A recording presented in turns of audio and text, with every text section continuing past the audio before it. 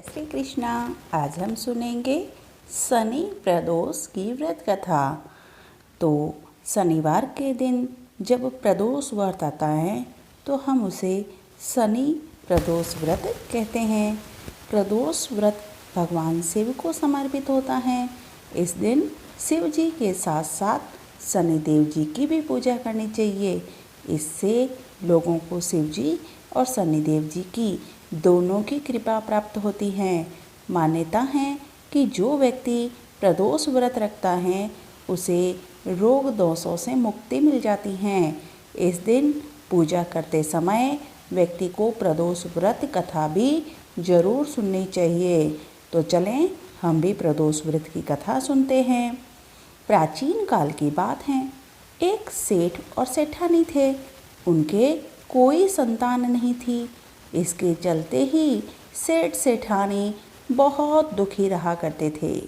समय बीतने के साथ साथ सेठ सेठानी की उम्र भी बढ़ने लगी। ऐसे में सेठ सेठानी ने फैसला लिया कि वो दोनों तीर्थ यात्रा करने जाएंगे। तीर्थ यात्रा करने के बारे में विचार करने के बाद दोनों घर से निकल पड़े।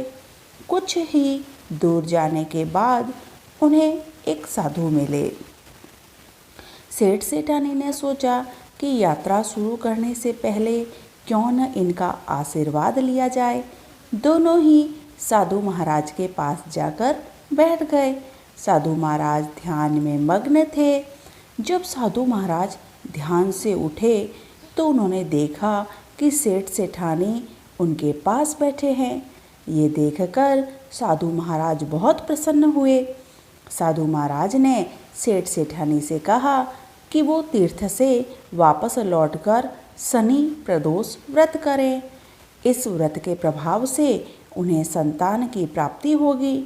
जब सेठ सेठानी तीर्थ यात्रा से लौटे तो उन्होंने साधु महाराज के कहे अनुसार शनि प्रदोष का व्रत किया और उस व्रत के प्रभाव से उन्हें एक पुत्र की प्राप्ति हुई।